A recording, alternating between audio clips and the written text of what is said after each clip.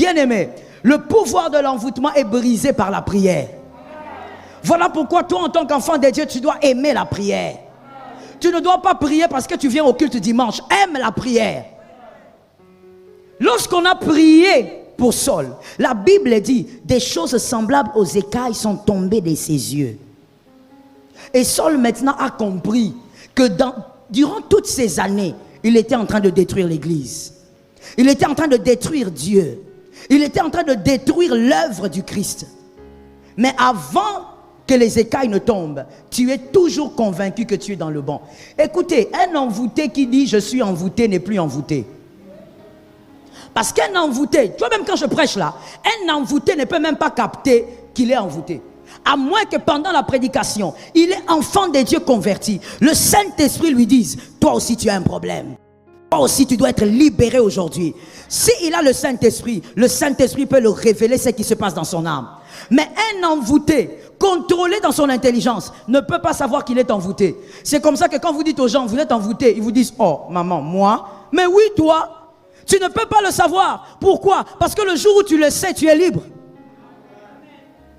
Le jour où tu le comprends, c'est le jour même où tu deviens libre. Que l'Éternel nous fasse grâce. Donc le diable utilise ce pouvoir dans une saison pour t'empêcher de saisir toutes les grâces qu'il y a dans cette saison. Lorsque tu viens dans la maison de Dieu, l'onction est déversée sur toi. La bénédiction est déversée sur ta famille. Mais quand tu sors, le diable t'attend.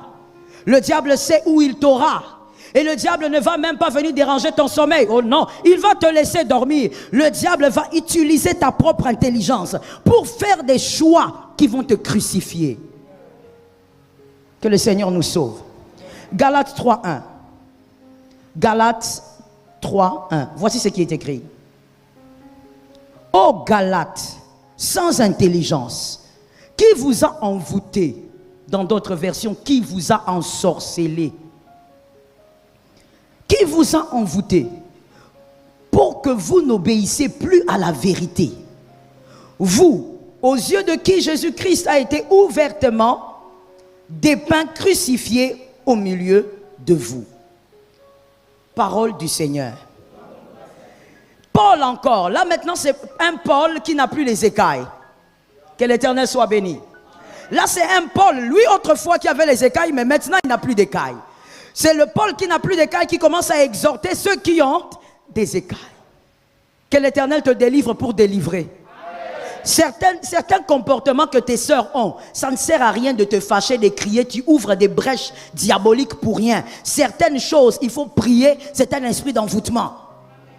Certains comportements que certains parents ont, ce n'est même pas un problème de se tirailler en famille. Il faut prier, c'est un problème d'envoûtement. Paul maintenant vient vers les Galates. Il dit aux Galates, pourquoi vous comportez-vous comme ça, homme sans intelligence? Qui vous a ensorcelé? Donc Paul reconnaît aussi qu'il y a un moment donné, quand on est enfant de Dieu, il y a des choses qui nous arrivent, des comportements que nous avons, qui ne sont pas naturels, qui ont pour origine l'envoûtement. L'apôtre, le grand apôtre des païens, des gentils, a dit, qui vous a ensorcelé? Il reconnaît que l'ensorcellement existe. Que l'ensorcellement peut changer le comportement de quelqu'un. Ah, le diable est mal à l'aise, c'est bien d'ailleurs. Il faut qu'il soit mal à l'aise ce matin. L'ensorcellement, l'envoûtement change même le comportement de l'homme. Vous verrez quelqu'un qui était docile, on vient de le dire. L'apôtre Paul dit, mais qui vous a appris à ne pas obéir à la vérité? À la vérité, c'est-à-dire la vérité du Seigneur, la volonté de Dieu, c'est ça la vérité. Il dit, qui vous a appris? Quand il pose cette question, c'est parce que avant, ce peuple avait l'habitude d'obéir à la vérité. Une personne envoûtée, vous allez constater que même dans l'obéissance, il change. Une personne envoûtée, parce que dans son intelligence, il y a un contrôle, une manipulation. Vous verrez qu'elle aura même du mal à obéir à la vérité. Elle aura du mal même à aimer la vérité. Quand on lui présente la vérité, il aura tendance à résister à la vérité. Vous verrez des gens à qui on dit, mais pourquoi tu ne fais pas ceci? Non, non, non, ne nous traitez pas comme ça, nous ne sommes pas des enfants. Il y a un pouvoir derrière. Lorsque quelqu'un est enfant de Dieu et qu'il est face à la vérité, il se soumet à la vérité. Est-ce que quelqu'un m'entend? Quand des personnes sont mariées, ils sont enfants de Dieu, et qu'à un moment, ils s'échauffent parce qu'ils sont humains, il y a des disputes. Mais lorsque la vérité tombe, tous les deux doivent se soumettre parce qu'ils sont enfants de Dieu. Mais quand tu vois quelqu'un commencer à résister à la vérité, le diable est entré. Son intelligence est contrôlée. Au nom de Jésus, que la vérité soit toujours ton guide. Que la vérité soit toujours devant toi. Marche selon la vérité. Je dis à ton frère, marche selon la vérité. Lorsque tu commences à résister à la vérité, le mal est entré. Lorsque l'obéissance à la vérité devient un problème, le mal est entré. Et le mal va te détruire. Parce que, écoutez ceci, quand on s'éloigne de la vérité, on se rapproche du mensonge. On ne peut pas être au milieu. Le middle n'existe pas. Si vous vous éloignez de la vérité, vous vous rapprochez du mensonge. Et quand tu te rapproches du mensonge, comme vous l'avez dit, c'est le prince des ténèbres qui sera avec toi. Qui vous a appris à désobéir à la vérité? Mon frère, tu obéissais bien, ma soeur, aux instructions du Seigneur, tu obéissais bien. Qu'est-ce qui s'est passé? Qui t'a appris à obéir au mal, à désobéir à la vérité? Il y a une chose qui m'intéresse ici, dans ce que Paul dit. Il dit homme sans intelligence. Quand Paul parle, il faut souvent lire avant et après les virgules. Il dit homme sans intelligence. Il commence par là. Pourquoi Paul parle d'un problème d'intelligence? Regardons ça. Dans Galates 5, 7. Galates 5, 7. Galates 5, 7. Voici ce que le même Paul dit. Vous couriez bien. Qui vous a arrêté? Pour que vous ne soyez plus persuadés par la vérité. Il dit vous. Je t'entends pas, tu sais. Vous faites quoi? Vous couriez bien. C'est là maintenant où intervient l'intelligence. L'apôtre Paul dit, mais vous couriez bien. Qu'est-ce qui s'est passé? Qui vous a arrêté? Dis à ton frère, qui t'a arrêté? Dis à un autre, qui t'a arrêté? C'est là où intervient maintenant l'intelligence. Est-ce que quelqu'un m'entend? L'apôtre Paul voulait dire, lorsqu'on décide de courir, on ne s'arrête pas. Celui qui est moins intelligent, c'est celui qui pense qu'il peut décider de commencer à courir et de s'arrêter. Courir, c'est quoi? Courir, c'est vivre ton intimité avec le Saint-Esprit. Courir, c'est décider de prier, de veiller pour ne pas tomber dans la tentation. Courir, c'est demeurer dans la sainteté. Courir, c'est accepter de s'attacher aux choses saintes. Je reprends. Courir, c'est veiller et prier pour ne pas tomber dans la tentation. Courir, c'est accepter de garder son intimité avec le Saint-Esprit. Courir, c'est veiller sur la sainteté. Courir, c'est respecter les choses saintes. Le jeûne, la prière, le culte, c'est ça courir. Tout ça, c'est dans le kit de la course. Maintenant, l'apôtre Paul dit, qui vous a arrêté? Vous avez bien commencé. Bien-aimé, lorsque tu décides de suivre Jésus, tu n'as plus le droit de t'arrêter. Je vais t'expliquer, mais je crois que tu as déjà commencé à comprendre. Lorsque tu décides de courir, tu n'as plus le droit, j'ai dit le droit, de t'arrêter. Parce que s'arrêter, c'est un problème d'intelligence. C'est un manque d'intelligence que de s'arrêter. S'arrêter, c'est quoi? C'est la négligence. S'arrêter, c'est quoi? C'est la froideur spirituelle. S'arrêter, c'est quoi? C'est le mépris des choses saintes. Tout ça, c'est s'arrêter. S'arrêter, c'est quoi? S'arrêter, c'est de perdre son intimité avec le Saint-Esprit. Tout ça, c'est s'arrêter. Mais lorsqu'on décide de suivre Christ et que l'on s'arrête, on a un problème d'intelligence. Pourquoi?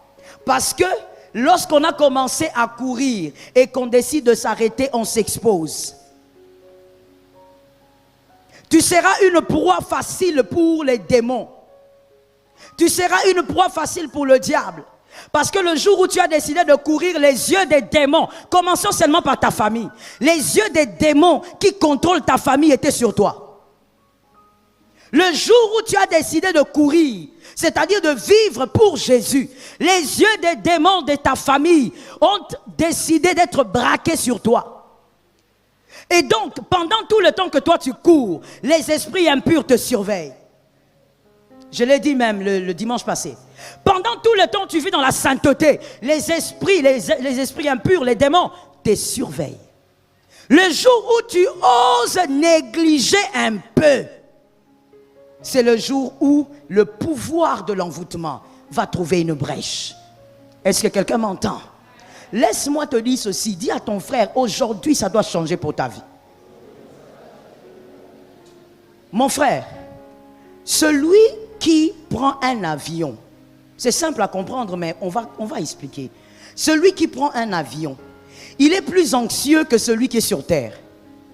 Parce que celui qui prend un avion a aussi accepté une option. Il s'est aussi attaché à une option, le crash. Ok? Celui qui est sur terre ne peut pas craindre le crash. Il est sur terre. Mais celui qui est dans l'avion, oui, tu es dans l'avion, tu vas quelque part, mais tu t'es aussi attaché à une option, c'est que l'avion peut crasher. Celui qui court, qui dit je veux commencer une course aujourd'hui, je veux commencer une course avec tel et tel, il s'est aussi exposé à l'échec. Parce que quand tu commences à courir, il est aussi possible que tu sois perdant. Tout celui qui a commencé une course est exposé. Tout celui qui s'est décidé de courir et depuis que tu as reçu Jésus, tu es exposé. La seule chose qui te protège, c'est le fait d'avoir le Saint-Esprit en toi. Je dis à quelqu'un, et j'aimerais vraiment que tu considères que je viens là où tu es pour te dire ça. Je dis à quelqu'un, tu n'es pas gardé parce que tu pries beaucoup. Tu es gardé parce que le Saint-Esprit est en toi et il te fait grâce. Mais sinon, depuis le jour où tu as décidé de courir avec Christ, les esprits impurs sont en train de te contrôler. Ils te surveillent. Et ils attendent que la brèche s'ouvre. Pourquoi? Parce que les esprits impurs doivent démontrer à Dieu, veulent démontrer continuellement à Dieu que les hommes qui choisissent Jésus sont des hommes incapables de vivre avec Jésus. Tu es la proie de ses puissances. Voilà pourquoi tu as commencé de courir, n'ose pas t'arrêter. C'est ainsi que l'apôtre Paul a dit, qui vous a envoûté? Mais qu'est-ce qui s'est passé? Qu'est-ce qu'il y a dans votre intelligence? Quand on commence à courir, on ne s'arrête pas. Parce que tu seras atteint. Est-ce que quelqu'un m'entend? Quand on a commencé, je vais expliquer ça autrement. Je vais sur plusieurs terrains, comme ça tout le monde me comprend. Quand on a commencé à boxer, on est sur un ring. On a commencé à boxer, on donne des coups. On ne s'arrête pas. Quand tu t'arrêtes, les coups vont entrer chez toi. On ne s'arrête pas. Est-ce que quelqu'un entend? Tu es un boxeur sur un ring, tu donnes des coups au diable, ne t'arrête pas. Tu n'as pas le droit de t'arrêter. En Christ, il n'y a pas de break. Non, je vais prendre une pause. Ces derniers temps, j'ai trop prié. Ces derniers temps, il y avait trop de retraites. Je veux prendre une pause. Tu n'as rien compris. Voilà pourquoi ta vie a des problèmes de choix. Parce qu'il y a un esprit d'envoûtement qui commence à te contrôler. En Christ, il n'y a pas de break. Il n'y a pas de pause. En anglais, je pourrais dire, if you want to take a break, the devil will break you. Tu ne peux pas en Christ prendre une pause. Cette phrase, je ne peux pas la dire en français. Tu ne peux pas prendre une pause. Si tu prends une pause, le diable va t'imposer la destruction. Tu dois savoir. Le diable t'imposera une destruction. En Christ, il n'y a pas de spa. Spa spirituel. Je ne dis pas physique. Physique, il y en a, c'est bien. Spirituel, il n'y en a pas. Oh non, j'ai besoin de me relaxer un peu. Ces derniers temps, il y a eu 21 jours à l'église. On a besoin de prendre une pause. C'est quand tu prends cette pause que le diable va t'imposer la destruction. En Christ, il n'y a pas de pause. Quand tu cours, ne t'arrête pas. Cours sans t'arrêter, ça tombe sur quelqu'un. Cours sans t'arrêter au nom de Jésus. Cours et ne laisse rien t'arrêter. Voilà pourquoi en Christ, mon frère, on ne court pas aux dépens de son frère ou sa sœur. En Christ, on court selon sa foi. En Christ, on court selon son histoire avec Christ. En Christ, on court selon ses expériences. Ta soeur est fatiguée de venir à l'église, gloire à Dieu, prie pour elle. Toi, cours. Tu es dans un département où tu vois que ton responsable est façon, négligent. Quand vous venez pour la prière, vous venez pour des réunions, le responsable n'est pas là. Ne te décourage pas parce que lui n'est pas là. Prie. D'ailleurs, prends les choses en main, commence à diriger ça. Prie. Certaines, l'envoûtement, bien aimé, personne n'est à l'abri de l'envoûtement. Il ne faut pas croire que parce que cette personne est à l'église depuis 20 ans, qu'elle est à l'abri de l'envoûtement. La seule chose qui peut te préserver de l'envoûtement, c'est le Saint-Esprit. Le Saint-Esprit va te garder au chaud. Le Saint-Esprit va veiller sur ta foi afin qu'elle ne dorme jamais. Ta foi ne doit jamais dormir.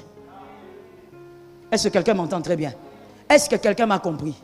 Vous savez, certaines choses, je pense que c'est lié aussi à l'âge spirituel. De quoi je veux parler? Prenons un exemple dans la nature. Un enfant de 9 ans, 10 ans, vous pouvez lui dire, va préparer. Viens faire du poisson. La petite fille ou le petit garçon peut commencer à faire le poisson et à un moment donné, d'abord il va le faire avec négligence et deuxièmement, à un moment donné, il peut se fatiguer.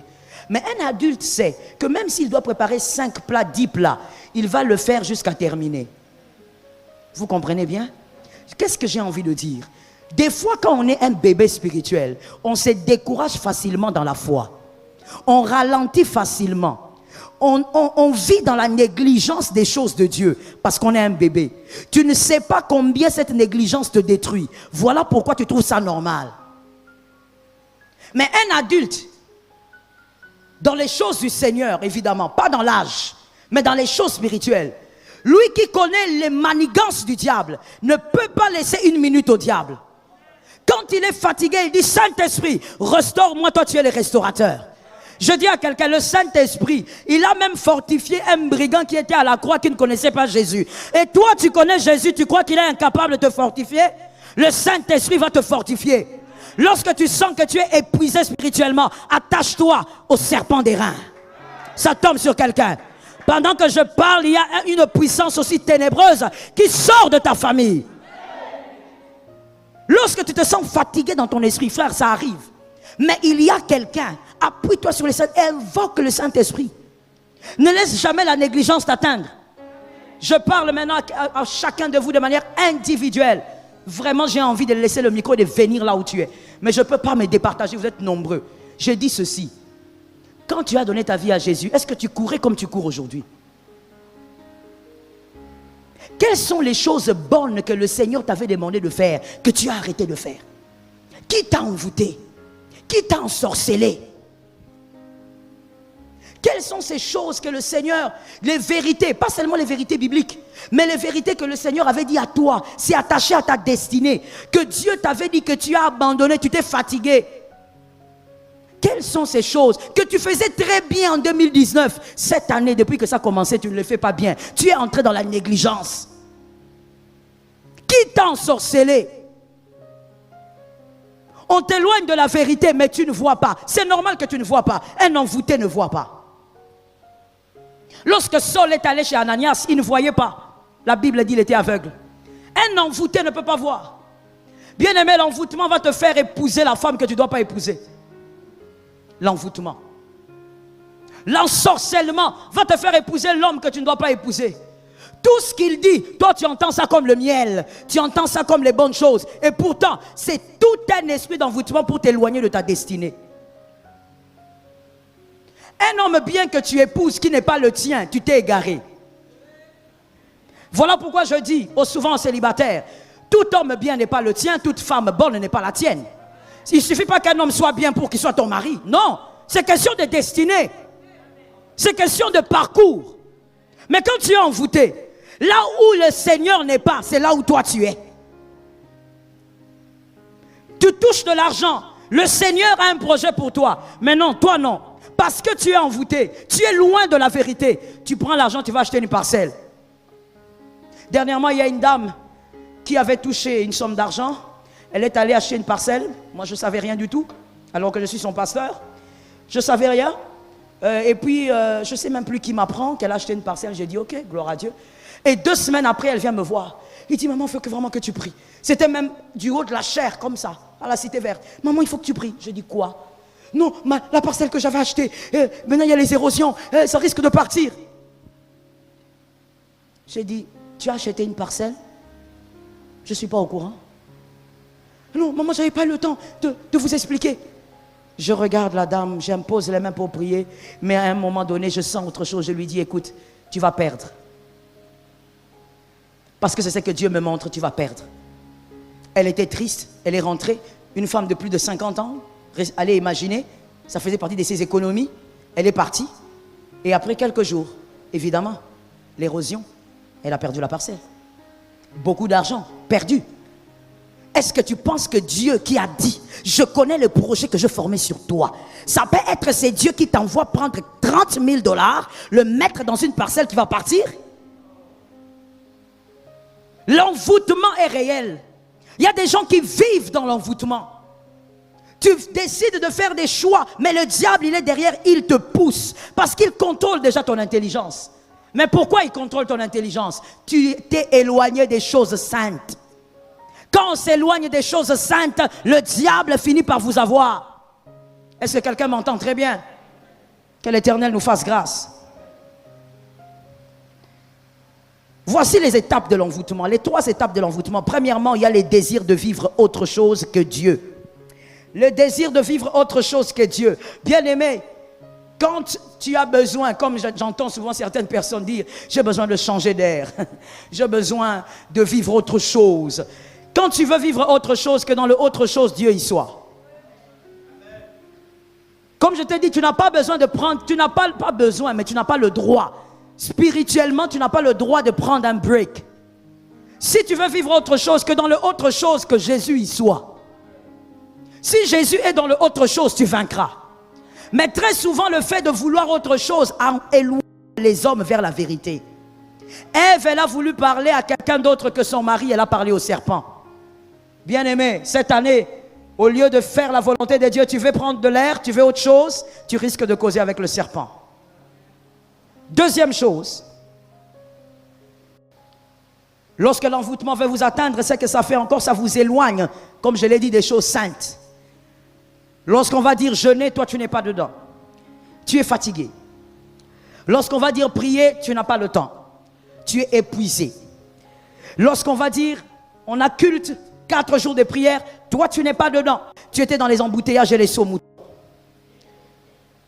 Lorsqu'on va dire il y a retraite, non, toi tu n'es pas dedans. Ton mari ne va pas permettre que tu dormes à l'église. Et ton mari lui-même il est fatigué. En fait, dans tout ce qui est saint, toi tu n'es pas là.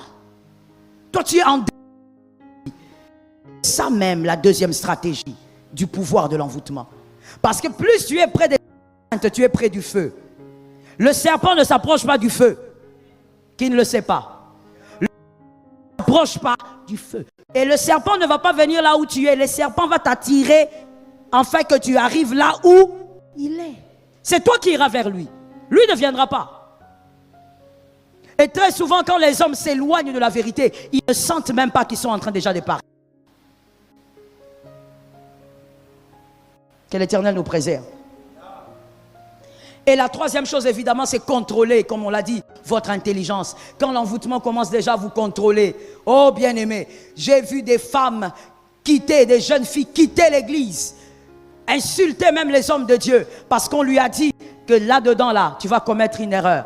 Tu ne peux pas choisir cet homme. Tu ne peux pas vivre avec. On fait des... On ne voit pas quel âge j'ai. Moi aussi, je dois me marier. L'envoûtement pousse loin des choses saintes et ça commence à contrôler ton intelligence. Tu refuses ce qui est bon. Ce qui est bon devient mal. L'Éternel t'éloigne de ces choses. 1 Roi 13, 11 à 24. 1 Roi 13, 11 à 24.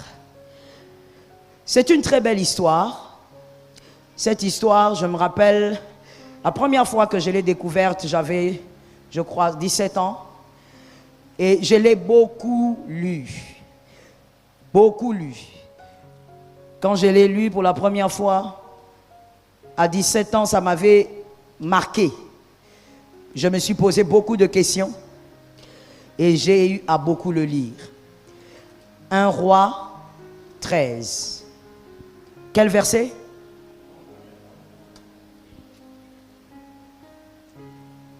Prenons, je veux lire à partir, comme c'est 11 à 24.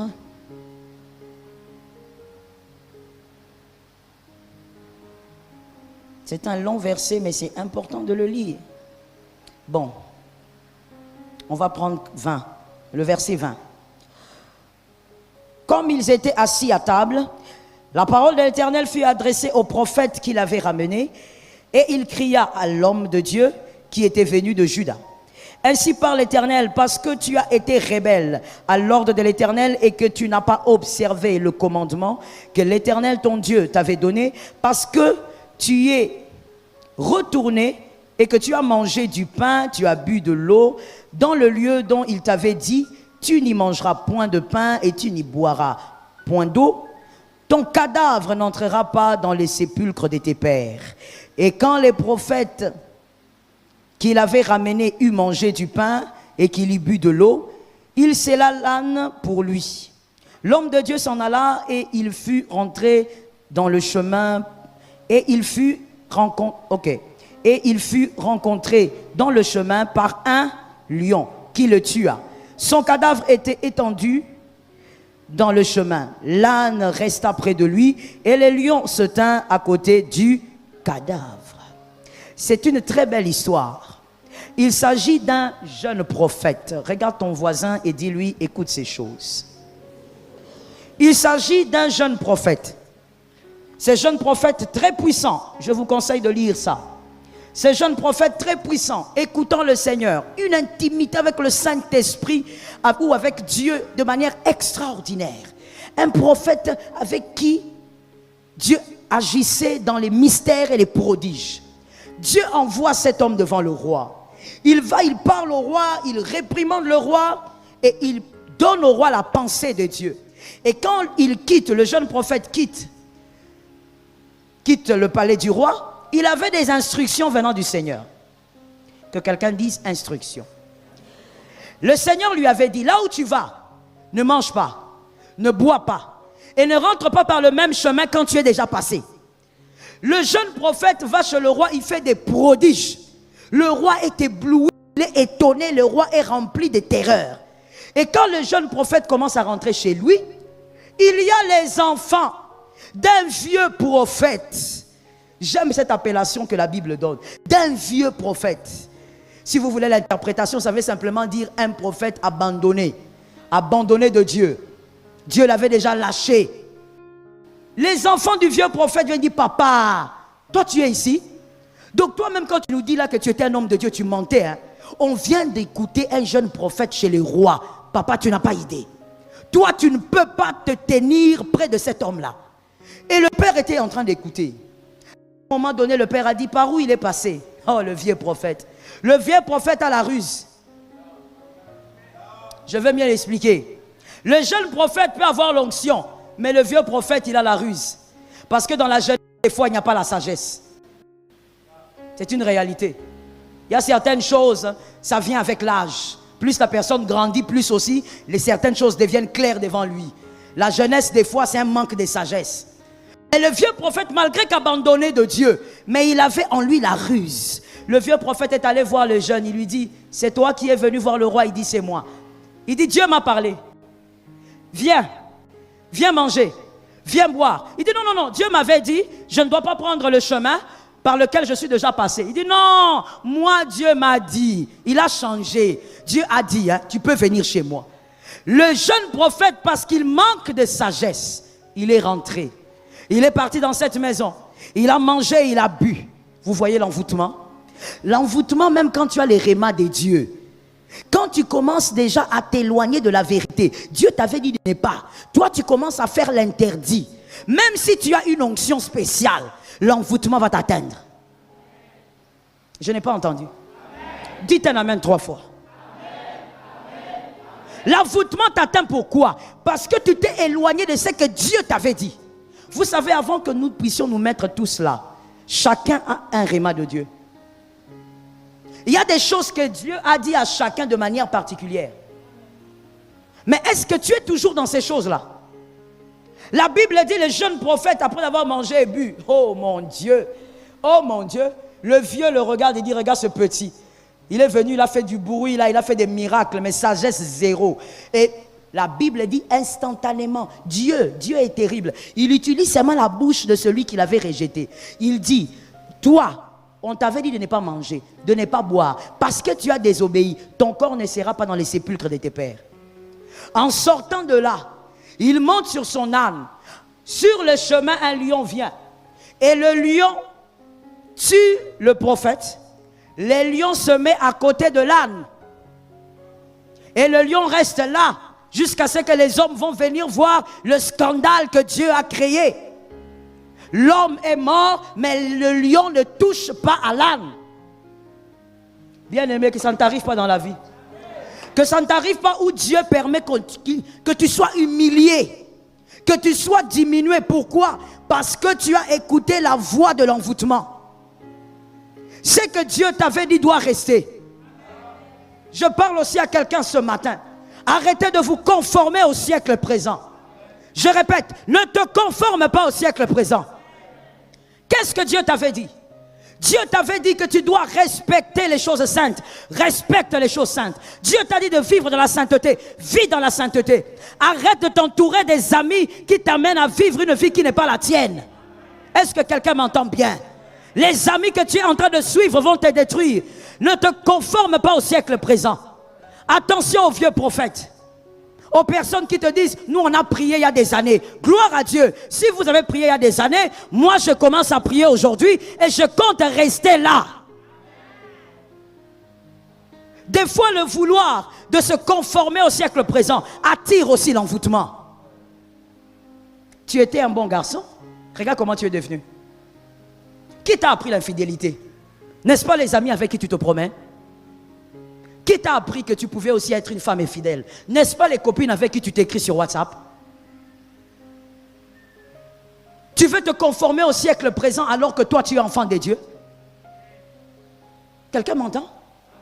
Tu es enfant de Dieu, tu as ta façon de vivre, tu as ta discipline, mais tu verras un ami te dire, oh toi aussi, tout le temps à l'église, viens un peu, on va aller ailleurs. Et toi là-bas tu te prends, tu pars, vous partez. Tu veux te conformer au siècle présent. On va te détruire. Si le diable a cherché à détruire ce garçon-là, le jeune prophète, c'est parce que ce garçon tenait plusieurs destinées. Est-ce que quelqu'un m'entend bien? Le diable ne cible pas celui qui n'a pas de prix. Tout celui qui est ciblé par le diable, c'est parce qu'il a un prix. Spirituellement, tu pèses.